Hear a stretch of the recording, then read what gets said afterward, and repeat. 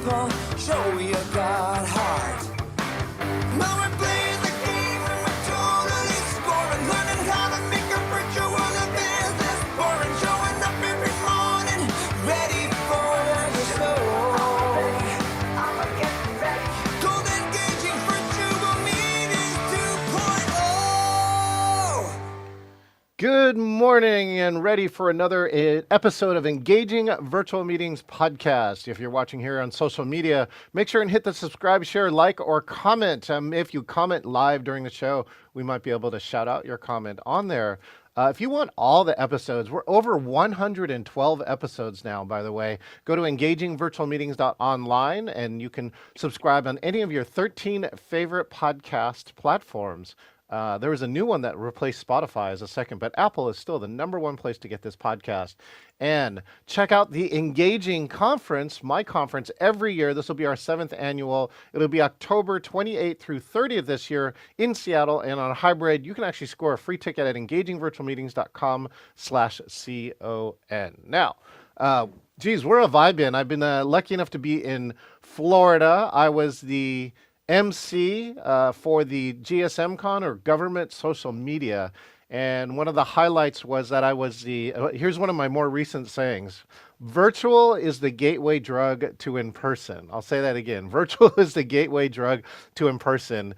And in this case, I was the virtual MC for 4 years. And then they finally invited me in person. And it was the first time I got a chance to be in person, and it was their 10th anniversary.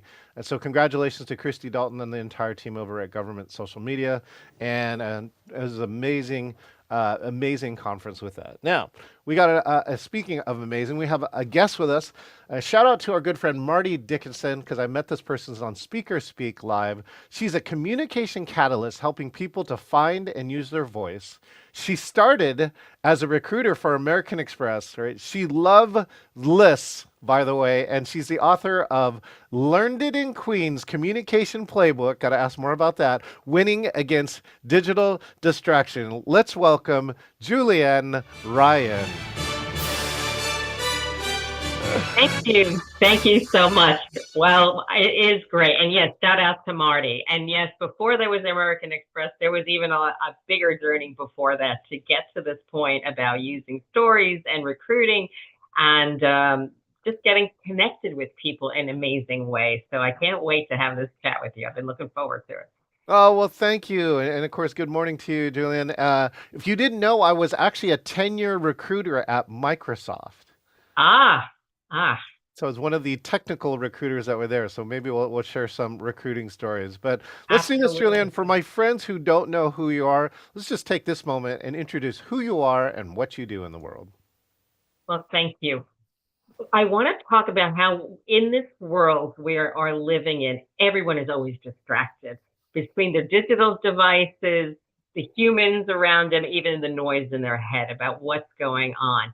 And it's so hard to get their attention sometimes in meetings or at events. And I serve as a communication catalyst.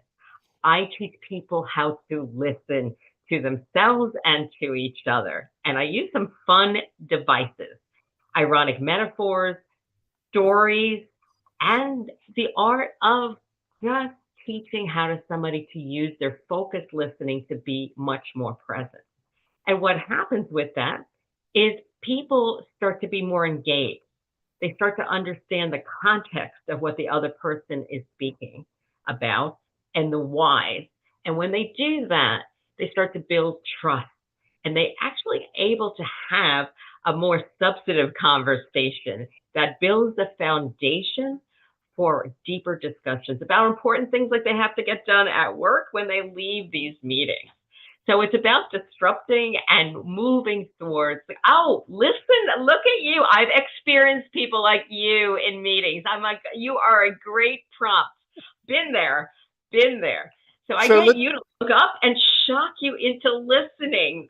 Oh my God, John, you have a great sense of humor. You are a living, acting prompt and a conversational prompt. Well, Julia, let's talk about that for a moment, right? Because we've all had this in the meetings, and it's probably one of the top three challenges people say is that they're multitasking. And here, I'll give you my example. Then I'd love to hear, what you're thinking and feeling at the time, and then some of the techniques that you use around it. But one of my friends said there was a sales meeting, and all the salespeople were multitasking, right, during this sales meeting. And I told him, I said, what advice do you have for me? And I told him, cancel your meeting. He goes, what? And I said, cancel your meeting. I said, apparently, whatever is happening during this meeting is not engaging or valuable enough to stop working or stop doing whatever it is and stay here. And I said, cancel the meeting, redesign the whole meeting, right? Make it shorter or whatever it is. But whatever it is, that information should in that meeting should help them sell something more during the week. Otherwise, I'd multitask too. You'd want me to multitask too. So I'd love to hear, yeah, some of your thoughts and feelings around that. Well, three little things. First of all, I spent a good chunk of my career in HR, and that's really a crowd pleaser when you're doing training. So to get people to look up and pay attention, that was my big academy for humor and training, besides being married for decades, which is another story in itself. Secondly, my book started its life not as a book, it started as a speech where I was on a big stage to talk to 500 senior executives. And my goal was I needed to disrupt how they were looking at me. They're going to see a short little blonde thinking, why is she here? Who is she? It's not a big title. So I had a wonderful art director create visuals, not PowerPoints, big, huge visual. And my second visual was a huge red slide with an angry guy on it. And think about that across 3 mega stages. He dwarfed me, but he was my backup. And once that happened, they're like, oh, I guess I should pay attention. This isn't typical. But what you just did to me, oh my God, I'm having flashbacks. When we finally emerged from COVID, one of the speeches I was supposed to give to an association in Southern New Jersey was revived. We went from cancel to let's do it. So I don't know what you know about New York, but you got to get up early. You got to be on time because there's always trucks and traffic and all this stuff. Yes. So I got up early at dawn, made it over the bridges. I got down to Southern New Jersey and I got to the restaurant. The waiters fed me and I was happy. And when I got there, because we hadn't been in public for a while, it was like being in a Margaret Mead situation. It was like in anthropology. I remember these creatures, they were humans, but all was fine. When the presentations start is what you wanted. Happy, celebrations, awards, all good. And then they had the cybersecurity guy come to talk about that, and the air went out of the room. And I remember thinking, all right, what's that old vaudeville expression? You never follow dogs and kids on a show? Well, now you don't follow the cybersecurity guy. So I dealt with that, and I got the audience back. And then once I had achieved this, one of the guys right in front of me in the room was doing exactly what you were doing with the phone. But I didn't lose my cool because I'm from New York and I was trained by nuns in grade school. So I learned from them that silence is sometimes golden and use the crowd. So I didn't say anything. I kept walking and doing my routine and my speech and my humor, and I kept walking towards him where I was in breathing distance. And the room got hysterical. And then he looked up. And then I was good. And everything, it was already flowing, but then I won everybody on my side. And what it did was a warm-up exercise because I show how people had to listen and use storytelling to connect. And then they bought everything truly. And it's my favorite example, but I couldn't believe it. I was like, I got up at 4 a.m. Pick up your phone and put it down. So there you go. Thank you for asking. Oh my gosh.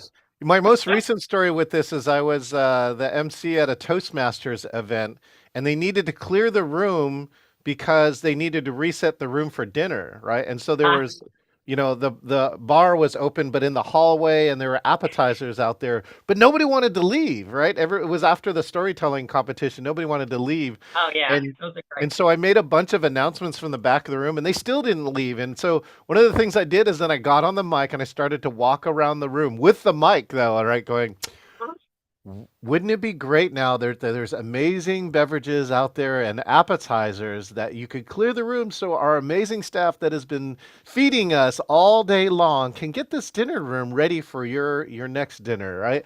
And I went up and there were like four people still talking to each other, right? And I'm right next to them, and suddenly they turn and they realize that the guy who was telling them to leave is right next to them. They like instantly like, oh, I guess we should leave now. The Next present time is we're in something on. person, yes, yes. Yeah. Next time in person, I'll teach you some dance moves I learned through when I was on psychology, make dance therapy, where you move the bodies and they start to flow with you and you guide them. That's another great technique to do. Take them where you need them to go. Well, And this was I was in a team building exercise too, Juliet. I mean, talk about like as speakers, we do know that body language is a key part of our communication, and this is where virtual is a little more challenging with it. Like in the in person, you get the proximity piece that's going yeah. on, and in one of them, it was a team building exercise, and they handicapped me because they knew I was a team builder, so I know all these exercises, and they said I couldn't talk, right? So I'm like, okay. Do you remember though those their trolleys? They're like, five people have to like stand on two planks, and everyone has to walk at the same time, otherwise nobody walks. Oh, So oh all my I goodness. did, you'll love this, Julian. All I did was started rocking back and forth as the lead person on there. All I did was rock back and forth. Soon everybody was rocking back and forth with me, and the planks would start lifting up at the same time. So we were able to walk way before any other teams, even though I was completely handicapped. And the team building facilitator said, I've never seen anything like that before. Bravo, bravo. Yeah. Yes, and going and playing with the room. It's wonderful. The best activity, it's already in the room already, whether it's on a virtual thing. We just have to pay attention and Yes. listen for cues. So your guidance and what you share for tips are so invaluable because we can practice. I'm a believer in prep and pre-prep, but humans are humans and they're going to do the quirkiest things and unanticipated. I'm Yeah. sure you've had birds fly into your virtual meeting or not your virtual meetings, but into meetings, or animals show up on screens, or Yeah. Cats and children. dogs. It is crazy. So have some sense of humor, ask for help from the group, and just own it and make it part of the story afterwards, of what you learned. Excellent points. I so appreciate what you bringing that up. Thanks, Julian. So let's go back a little bit too. You said you wanted to talk about like where are the origins from this. I don't know if you want to talk about nuns or if you want to talk about something Uh, else in there, but so we where? only have an hour. We only have a 30 minutes or so. I was going to say an hour. That was a wish. Um, I want our listeners to hear this because it's so important about backstory sometimes, because it's context about where we show up. Yes. Because here I'm on screen talking with my hands, being enthusiastic and relaxed. Well, I grew up the shyest kid on the planet, to the point of mute. Didn't talk, but I was good at smiling and I loved dancing and I was a voracious reader. So stories always helped me, teach me about life. But somewhere in my early teenage years, I realized being that shy was not going to help me develop any social skills. So I taught myself how to ask questions to people, my peers, other adults, and listen. But unbeknownst to me, I was building a skill that I've since used to interview, like you said, and coach and teach. Fast forward, I have been I didn't plan always to do talks. I got invited and then had to make something happen as we go. Now, the book started as a complaint on the Metro North commuter train into New York, when I'd be watching people with their phones, looking at their phones, not looking up, not looking at each other, or on subways. And then I would get to work and everybody was doing these big earpieces and they were tuning people out, obviously, because they were in open space. And that was a whole nother problem sometimes. But no one was really starting to listen to each other. And because I was in HR, spending too much time with lawyers sometimes because things escalated where people tuned out their listening and each other and Mm, didn't pay attention to what was triggering problems. mm, So I started to really pay attention later on and say, what is the core factor that's contributing this? We stop paying attention, we stop listening. Now, nobody likes to be lectured to. So when I've ever done a talk, I always want to look for the humor and the irony. And I was also very self conscious that my accent would come out sometimes when I was very animated.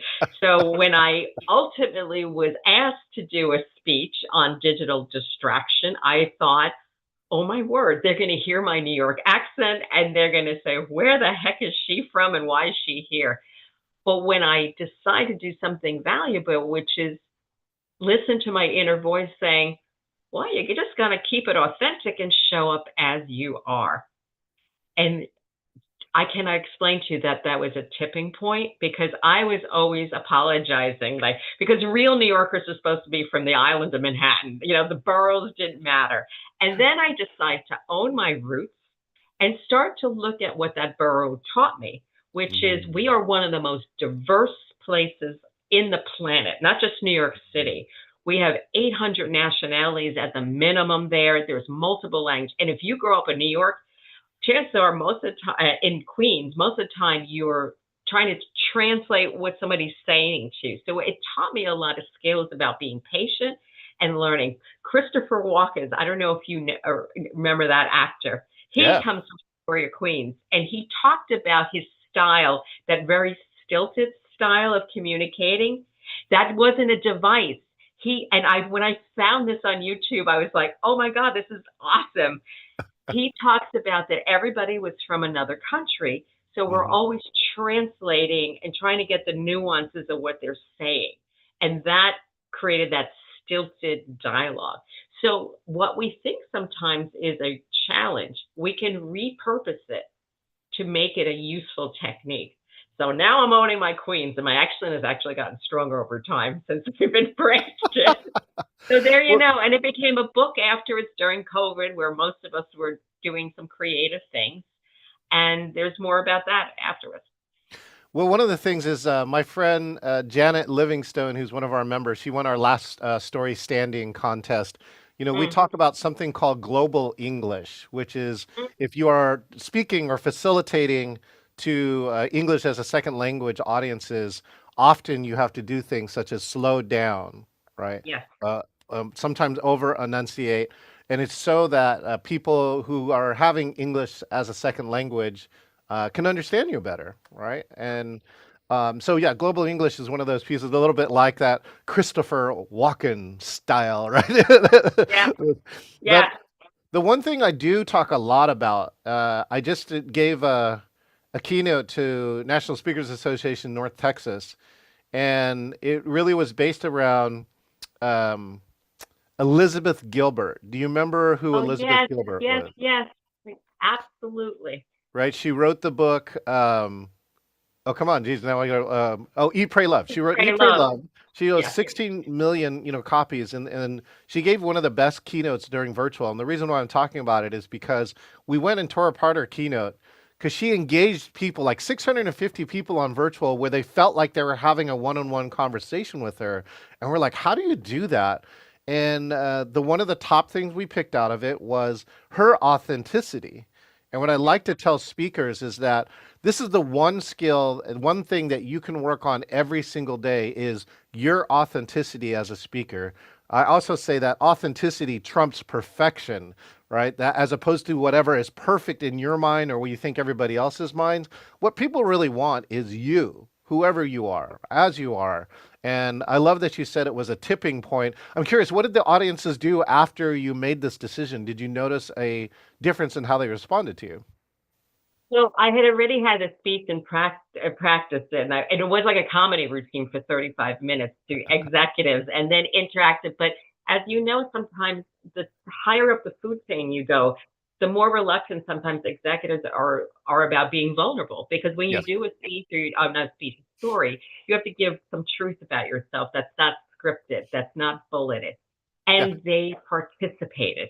And one guy apologized to me at the end because he caught me looking at him during the presentation part. And he goes, I have to apologize and tell you what I was doing. I was looking down my phone, but I was texting my friend in France to say, this woman's really funny. So I was paying attention. I was just giving you a compliment across the ocean. It's like, so, but I think that, and what it was also data, John, and you know this from walking the halls or getting emails, people start to quote what they learned in the session afterwards, and then made fun of me when they saw me attending another one and mimicking some of the things I did.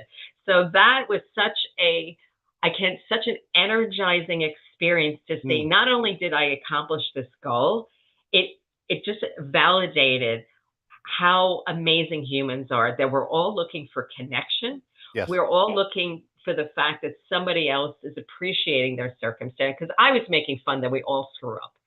I talk about this, I work on this, but we're all learning how to communicate every day. And some days are more challenging than others. So they understood that. And they loved the fact that it was common and it wasn't bullets and it wasn't high level intellectual terms. Now, did psychology and all my degrees inform it? But it has worked. I've given it to psychiatrists. I've given it to, people in the armed forces. It really works. That common touch, showing up as you are, and just being prepared to do more listening than talking during your Q&As and giving people a chance to express themselves. Okay, so I got a real world example here. I'm sure you served on at least one or more board in your lifetime. Yeah. So I'm the president currently of our board, and our retreat is coming up in 10 days. And one of the themes is communication this year. It's like over the year, a theme developed that, we need to improve how we communicate with each other and people outside, like either our members or like, vendors or other people we work with. So I'm just curious, if you had a board, like what's the top exercise that you think you could do with them to help improve their communication? I start small with conversations and questions. And then using stories in a very stealth method, because a little bit of sometimes when you ask people to tell a story, they start to contrive a little bit. But I use very common examples of things we all have in common, like a childhood story. I'm very good on that whenever I do workshops. I talk about a story where they learned something or achieved something they never thought they were going to do. And I ask them where it shows up in their life today.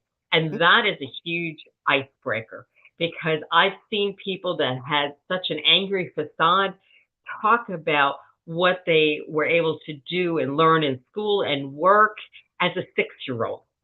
And it's so relatable. And then I talk about food, because I love to eat. And then there's nothing like a great recipe or something about what's your favorite deal that really you would go to eat when you're happy, or it means celebration.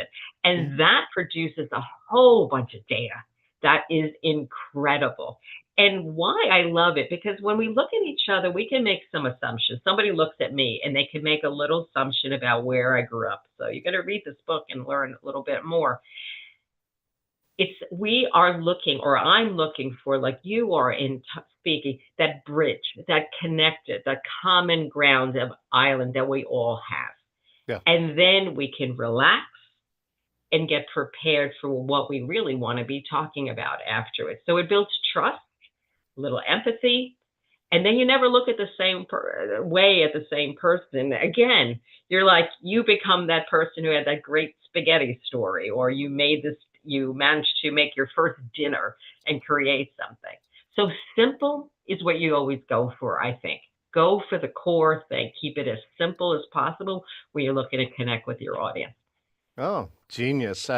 Yes, Patrick Lencioni, who sold 6 million books, recommends that challenging childhood story. Yes. And I retested that all over the last 5 years of COVID, and it's like it still works to this day. Yes. And so here's this example, Julian. We had 2 companies, and they were fighting with each other because the Taiwanese company had bought this U.S. company. There were 5 executive members here and 5 here, and their relationship broke down because they couldn't visit each other in person because of COVID. Nobody could travel one way or the other. And they called me in, and I love this, Julian. They asked me to do a 3-hour fun team building event. And after Ah, talking to them in the pre part, I told them the worst idea you could do is to have me come in and do a 3-hour team building event. So I said, but I think I can do something in 3 hours to try and begin the repair process. That's it. But that's my expectation. They said, okay, let's do it. So we told this childhood story, and one of the executives came in and told a story about being on the junior baseball team in high school and didn't get selected for the varsity team. And he was mm. pissed, right? He was like, "Rah," right? I was like, he was going to rage quit. And then he like thought about it before he said anything. And he goes, you know what? I love baseball. So I'm just going to like suck it up, and I'll become either the towel boy or the water boy or whatever. I just want to support the team and run baseball. And so he did that. And 3 months later, the star player got injured and he got called up. Oh, wow. And I love you bringing this up. It's serendipity because you mentioned being recruiting for Microsoft early days. Yeah. One of the questions I learned from a consultant I had worked for in a big search firm, I borrowed and I tempered it down to a much more compassionate question. And Mm, it was about your failure story and where it showed up. And I used it as a device to build rapport with candidates. Now, they would look at me with their eyes bugged out for the first 2 minutes, and I would buy them some time. Before I studied storytelling, before I studied the nuance, I would share a story of an epic fail when I was a new manager running my retail store and how I made a wrong decision. I'm thinking, how much trouble can they get in 2 hours at night when the mall is open so late and we don't get really customers? And I was so wrong. So I told that to hundreds and maybe thousands of people at this point, and now against the globe. But I keep using it because it relaxed the person. They showed how they solve problems, how they show up, and that's better than anything. And then the upside was when I went to advocate for them, maybe the next year or the next year for a promotion or yeah. moving, I remembered all those details and I was able to really speak for them and address them and remind them what their qualities was. So storytelling is so powerful. It shows up in so many things. And if Yes. we can use it, it can open doors for really good, engaged audiences and then working relationships. I just want to share something too that I think a lot of people didn't pick up on here too, which is if you ask an intermediate to challenging question, that often there's that if you stall, kind of quote unquote stall, which is you give people time to think about the question. This one helps the introverts and or analytics or people who need to think about it a little bit longer. And number two, you model the answer of the question. And sometimes if you give something that's vulnerable, then the audience would change their mind about what story they're going to tell, and they're going to share something more vulnerable there. I just want to give a shout out to George Swero, who's watching us on LinkedIn, and he just says, Ah, "I love how Julian talks about listening and patience." And he wanted to know who's the book for 16 million copies. That's Elizabeth Gilbert, George. Elizabeth Gilbert. yes. And Uh, thank you, George. so And thank you. let's do this. What has to happen for you, Julian, if you're the attendee in a virtual meeting, for it to be engaging for you to really want to listen in intently to that virtual program? I want to hear somebody's truth. I want to hear really what informed their work. And I do a podcast that I've been talking to you about that we always ask the backstory. I want to know before you show up where you sweated, where you panicked, where you had pain points, and then you finally figured it out. Because everything I've been learning along the way, I did it first, and then I spent money on grad school, and then went, oh, look, there's theories. This actually works. So I'm always doing things backwards. I gave storytelling, and then I found out there's a science to it and why, facts plus emotions equal memory. So I want to hear about that in a meeting. I like when people share and they're not doing a 1-800 sales pitch all the time. The thing about your podcast is, yes, you're obviously we're promoting and we're talking, but you're giving real content and context and you're being generous with your information. And you're also doing something very important. You are appreciating other people and how they informed your experience and what you learned from each one. So it's not always about telling our own stories. maybe consider using it to tell other people's stories and success. This is something I did do during COVID for one company. It's happened numerous times, but this particular company, where they started small, they kept telling each other's stories, passed along one of the best ones, and they kept retelling and retelling. And it's free. You're learning your values and you're learning stuff. So one guy told a story that was great about just the fact that somebody picked up the phone and went to help him when he realized he had this project and was like, oh my God, what am I going to do? It was like a superhero moment, but it just took a phone call to say, I'm here to help. So it's hiding everywhere, the best stories. Yeah. Now, John, I'm going to ask you a question. Have you ever had a speech topic given to you like, I got nothing? I got nothing. So I cook, I walk around, talk to myself, and then suddenly you realize the best story is there. It's been hiding in plain sight.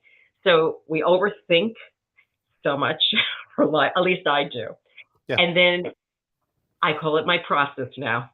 Basically, like panic, practice, and then pre-practicing and testing. But people are pretty good. So back to your question, I think it's taking a genuine interest in the audience and where they and what you can learn from them, and that it's a two-way street. It's not just you or me kind of weighing in on high. So when I leave you, I'll be talking about you behind your back like I always do.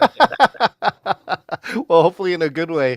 You know, there's a couple pieces inside of here that I would just want to kind of highlight too.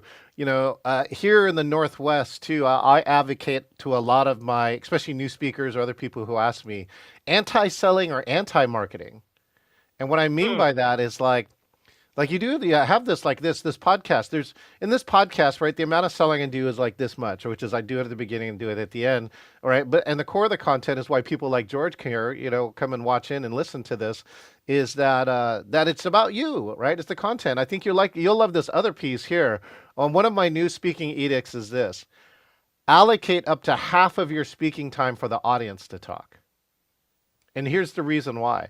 It's impossible for your guy on the cell phone to be checked out when you put a mic in his face, right, or her face, and say, I want to hear what you have to say. And often, too, it allows me to take the same talk and the same principles, but it's different for me. So it adds to my variety part. Like I never get bored of it because I never know what's going to happen with the audience out there. I think that's, you know, one of the key parts around here is that anti-marketing and anti-selling. And I just love the storytelling. You did remind me of the story too, of like how stories are so important that they develop and that you retell them. And storytelling is still the oldest form of training that we had, that we used to sit around fires and tell stories. And that's how we learned. This one was around a Starbucks. They had franchise owners from around the world. So, you know, Japan, China, all these amazing countries are there. And they did a team building event that I got to design and lead. And this one woman came from his team and they asked, you know, after everyone came back after 3 hours of team building, and they said, you know, what happened? And she goes, well, one of the assignments is to go to this Starbucks, one of the Starbucks in Seattle, and serve a tray of coffee. Like that's what you do when Starbucks is slow. They serve samples.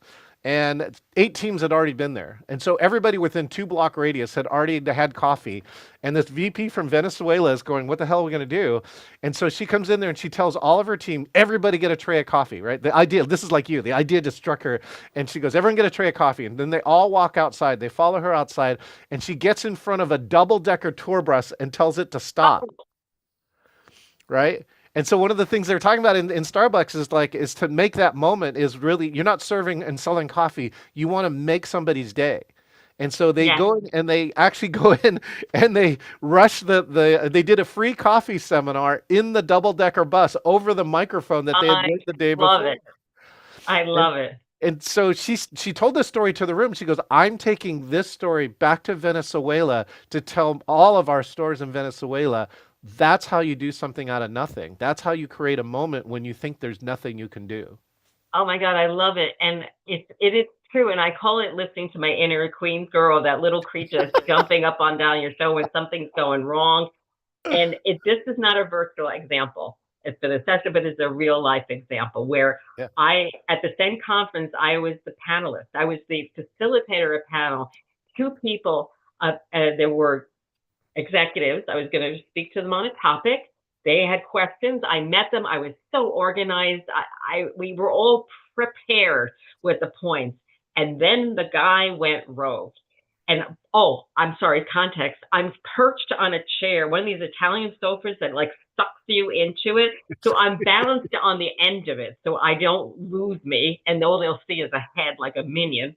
And this guy goes across the stage and leaves. So that's a device of power. And then the gal who was a senior executive didn't stay on the couch. She went and claimed her space on the stage. And the audience wasn't sure if we had rehearsed this or if it was happening in real time. And I was trying to compose your face, compose as my ears are going, oh my God, if I don't handle this, tomorrow's is that big keynote. No one is going to come. So in the middle of it, and I went, you're on a couch. You got two people like having a debate. You're from New York. What does everyone in New York do? They go talk to their therapist. So I talked to the audience. I had a running monologue with the audience saying, do you see what just happened? They left me. What does this mean? Like, check out what he just did. What message does that send us? Does it? And I didn't ask them to answer the question. I would give them the answer and they would raise their hand. Sure. But that was a save. And then at the end, there was emotional moments and sharing that you couldn't just script it when people did start asking questions. And I'm like, talk about learning in real time. So I appreciate the fact that woman chased down a bus. I love it. That's the improv in it. The improv, again, as an MC, what I tell meeting planners all the time, that's probably one of the best things or biggest things you're buying that you can't really see, which is how will an MC handle something that's unexpected and make it seem like it's part of the show or make it even better. I love the quote I got recently, which is turning the unexpected into awesome. Right? Yeah. So, oh my God, whatever doesn't kill us makes us stronger. I tell you. We've had an amazing career, Julienne. I'm just curious, from your point of view, what do you see as the future for communication, right? We have all these new technologies coming in, right? You're probably speaking on virtual, maybe hybrid. And so I'm just curious for you, like, what do you see or what do you wish or had a hope for communication in the future? I think we've learned through the Zoom and the hybrid that it's possible to develop relationships, to build context. There's so many people I work with and consider close friends that I have not met in person. So it is possible to achieve that. But like anything we do, I think we need a balanced diet.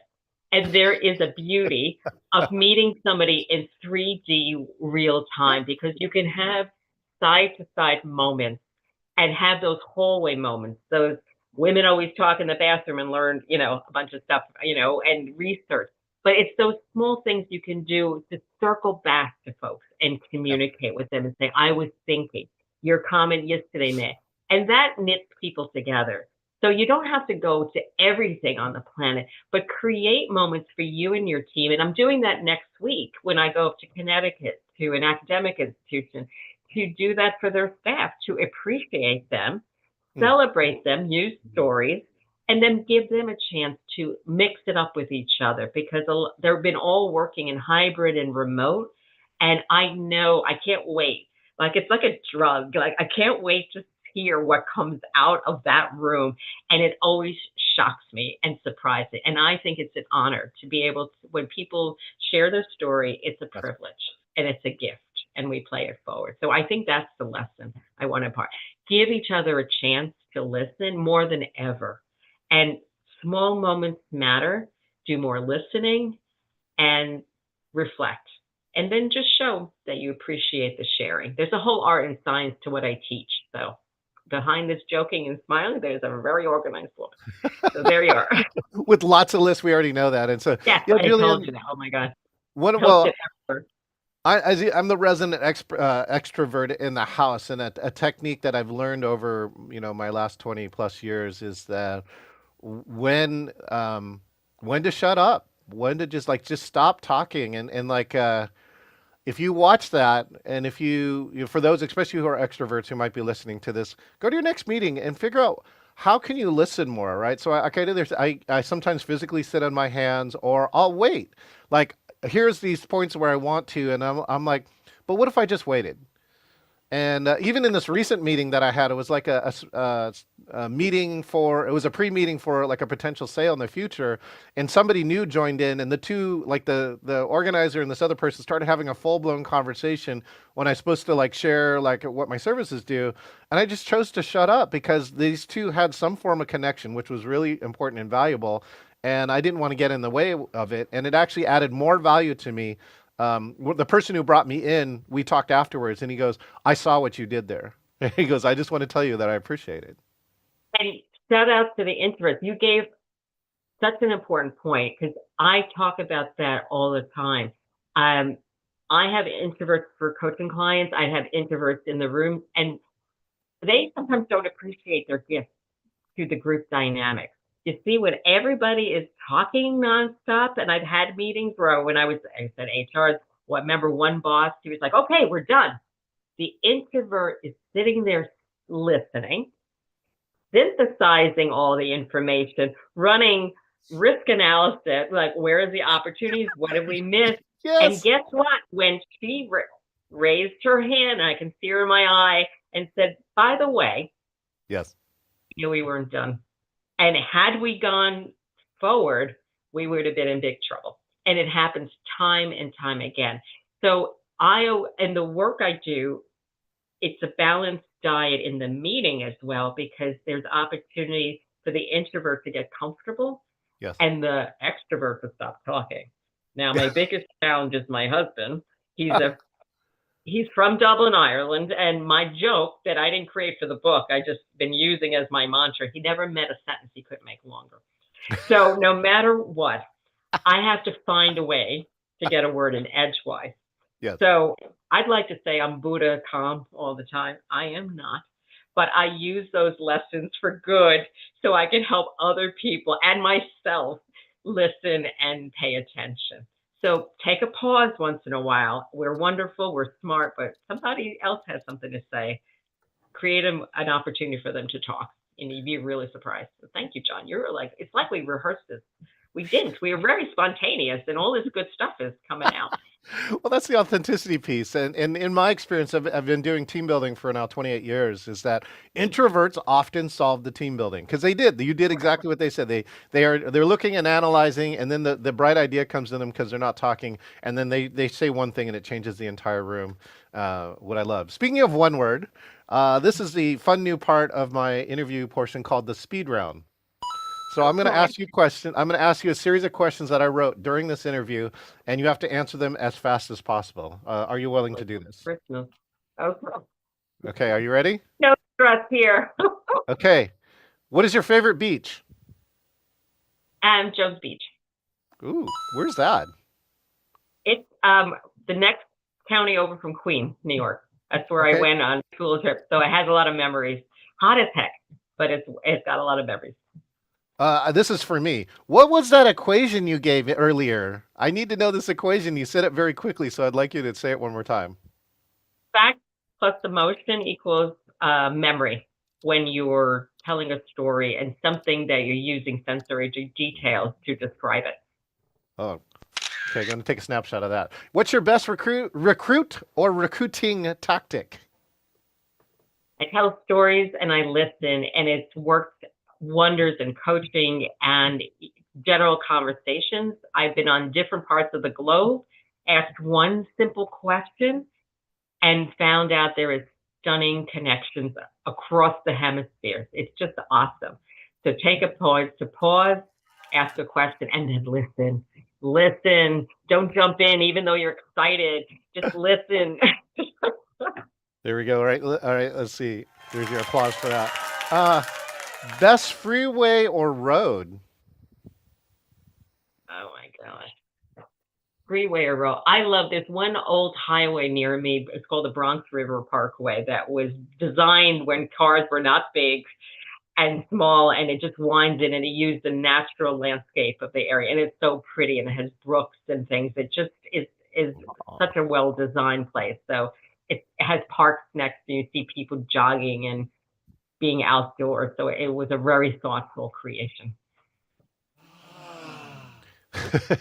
Okay. What else? Uh, You make me nervous. I feel like I'm back in school. I got to make the grade here.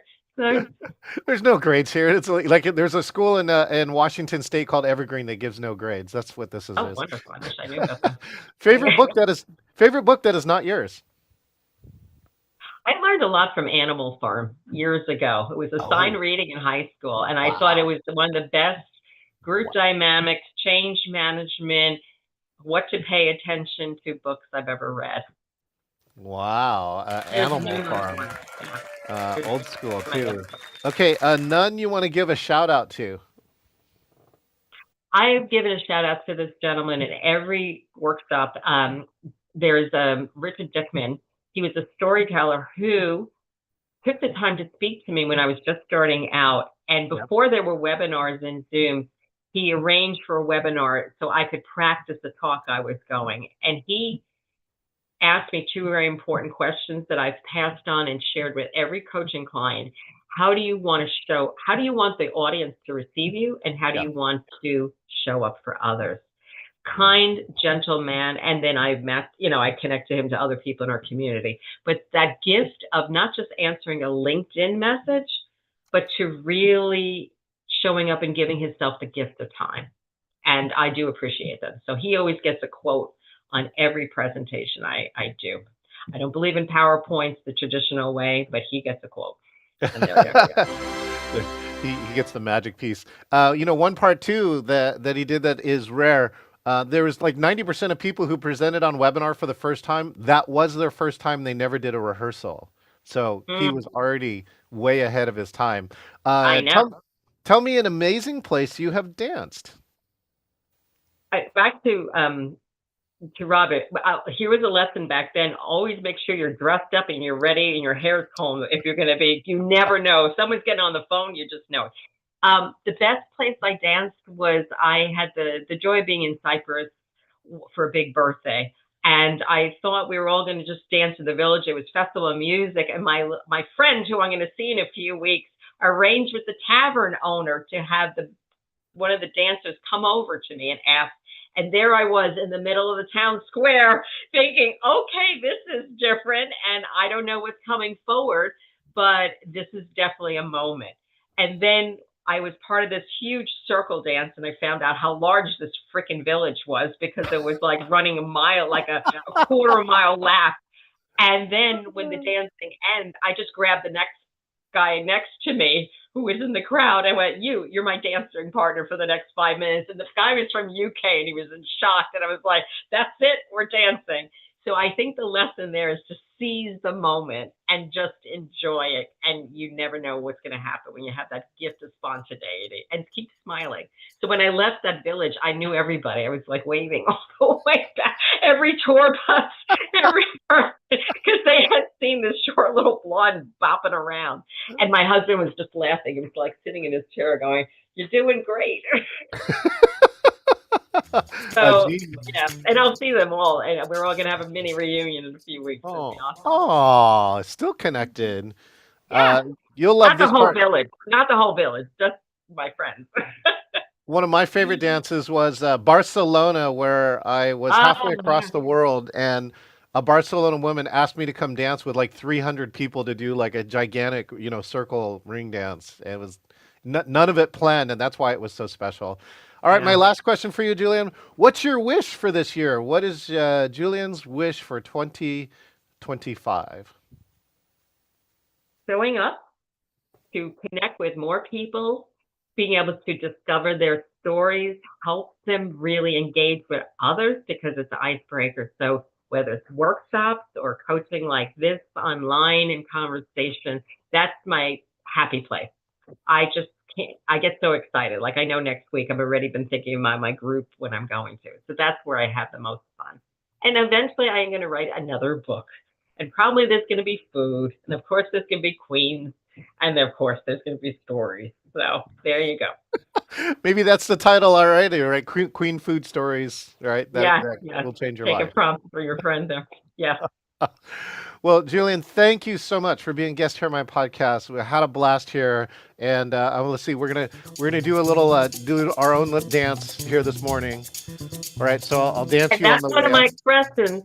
Never miss a chance to dance, no matter where you are. Always dance. Well, Thank thank you, you. Julian. Hopefully, one day we'll either get to share a meal or a dance together. Yes. Come to New York. We'll find places to go. Trust me. Thank you, Julian. All right, this is John Chen, and you've been listening to the Engaging Virtual Meetings podcast. If you're watching on social media, make sure and subscribe, share, like, and comment.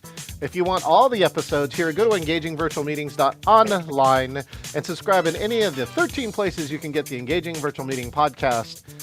Come check out our Engaging conference. Actually, it's going to be called the Engaging Retreat this year, October 28th to October 30th, engagingvirtualmeetings.com/CON. Buy one of the in-person tickets, by the way, and you'll get 5 minutes on our stage with a collection of at least 10 coaches to make your communication better, all at the Engaging Retreat. And if you want to be like Julianne, you could be the next guest. By the way, George, you should be the next guest. You have not been on my podcast yet. Go to engagingvirtualmeetings.com/meet, select interview, and you could be the next guest here on the Engaging Virtual Meetings podcast. Until then, I'll see you next time. Drawing star people and keep old people.